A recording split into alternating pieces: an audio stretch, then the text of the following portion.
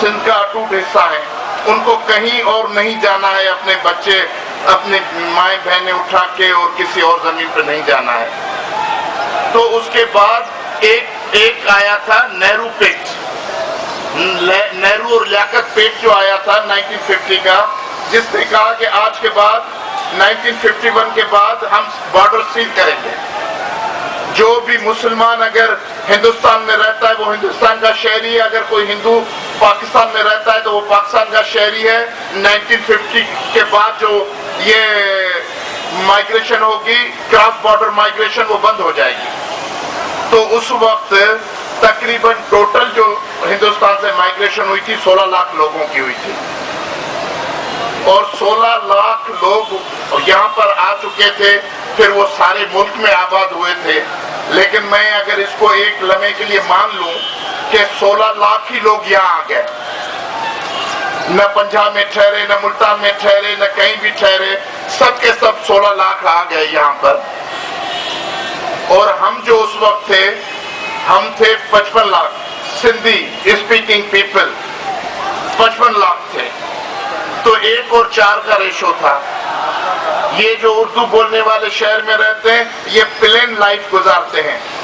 کہ اپنی پوری زندگی میں 2 یا 3 بچے پیدا کرتے ہیں، پلان کرتے ہیں کہ بچے کو پڑھانا ہے، یہ کرنا ہے، وہ کرنا ہے، فیس کا انتظام کرنا ہے، بیماری سیماری کا انتظام کرنا ہے۔ ہم سندھی جو ہیں ایک آدمی 3 شادیاں بھی کرتا ہے اور 20 بچے بھی پیدا کرتے ہیں بغیر پلاننگ کے۔ تو اب یہ کیسے ممکن ہو گیا کہ لندن میں بیٹھ کر الطاف حسین یہ دعویٰ کرے کہ بھائی اردو آبادی جو ہے وہ جو سندھ میں ہے وہ 60% ہو گئی ہے، اب ہم سندھیوں پہ رحم کھاتے ہیں کہ 50% کا فارمولا قبول کر لیں، آدھا ہمارا آدھا تمہارا۔ اگر کسی بھی وطن اور قوم سے نمک خواری کی یہ اگر قیمت ہوتی ہے کہ ہم نے 1947 میں لوگوں کو قبول کیا، بھائی بنایا، آج تک بھائی بنا رکھا ہے، اور آپ جو ہے وہ جتنی بھی یہ الیگل امیگرینٹس ہیں، پھر بنگال سے آیا ہو، نیپال سے آیا ہو، سیلون سے آیا ہو،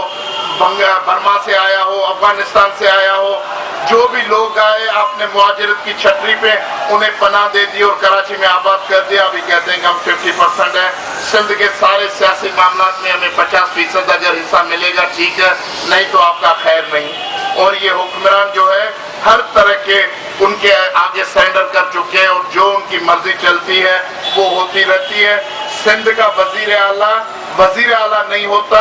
وہ صرف جیسے پولیٹیکل ایجنٹ کسی قبائلی علاقے میں بٹھایا جاتا ہے، وہ ایک ایماندار پولیٹیکل ایجنٹ ہوتا ہے جو اسلام آباد سے اس کو ایڈوائز ملتی ہے، اس پہ کام کرتا ہے۔ اسے پتہ نہیں کہ وزیر اعلیٰ کیا ہوتا ہے، اس کے اختیارات کیا ہوتے ہیں، کیا کر سکتا، کیا روک سکتا، کیا نہیں کر سکتا، اسے کچھ پتہ نہیں۔ اسلام آباد سے کال آتی ہے کہ یہ کرنا یسر ہو جائے گا، یہ کرنا یسر ہو جائے گا۔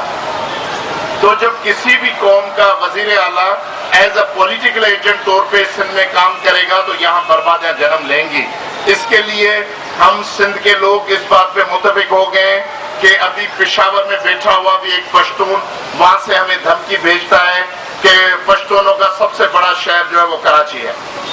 نہ کابل، نہ قندھار، نہ افغانستان، نہ پشاور، نہ کوئٹہ، کہتے ہیں کہ کراچی پشتونوں کا سب سے بڑا شہر ہے۔ MQM کی لڑائی میں اور ANP کی لڑائی میں جو قیمت ادا کر رہی ہے وہ سندھ کر رہی ہے کہ MQM کھوکھرا پار کے ذریعے اور وسائل سے سی روٹ کے ذریعے ہندوستان سے مسلسل لوگ لا رہی ہے۔ یہ تیسرا ٹاؤن، یہ ملی ڈیولپمنٹ اتھارٹی، یہ ایجوکیشن سٹی، یہ اسپورٹ سٹی، لاکھوں ایکڑ زمین کراچی کے اکوائر کر کے الطاف نگر وغیرہ وہ یہاں پر لوگوں کی سیٹلمنٹ کر رہے ہیں۔ اور دوسری طرف جو پشتون ہیں وہ سارے پشتون کابل اور قندھار سے لوگوں کو لے آ کر یہاں پر سیٹلمنٹ کر رہے ہیں، اور قیمت ہم سندھی ادا کر رہے ہیں کہ ہمارا وطن جو ہے وہ ہمارے ہاتھوں سے جا رہا ہے۔ اس کے لیے ہم سب لوگ یہاں متفق ہیں کہ 1954 کے بعد جو بھی آیا ہے، جہاں سے بھی آیا ہے، ہندوستان سے آیا ہے، برما سے آیا ہے، بنگال سے آیا ہے، افغانستان سے آیا ہے، جو بھی غیر ملکی ہے اسے یہ وطن چھوڑنا پڑے گا۔ اور 1954 کے بعد جو پاکستان کے دوسرے صوبوں سے آیا ہے، پھر وہ گجرات سے آیا ہو، فیصل آباد سے ہو، لاہور سے، پنڈی سے، کوئٹہ سے، چمن سے، پشاور سے، لورا لائی دوب سے، جس بھی علاقے سے آیا ہے، باجوڑ سوات سے، اس کو سندھ میں کسی بھی صورت میں ووٹ کا حق نہیں ملنا چاہیے۔ کوئی بھی آدمی 54 کے بعد آنے والا اس کو سیاست کا حق سندھ میں نہیں ہونا چاہیے، اس کا ووٹر لسٹ سے نام نکلنا چاہیے، اور صرف 54 سے پہلے آئے ہوئے لوگوں کو یہاں سیاست کا ووٹ کا حق ہے۔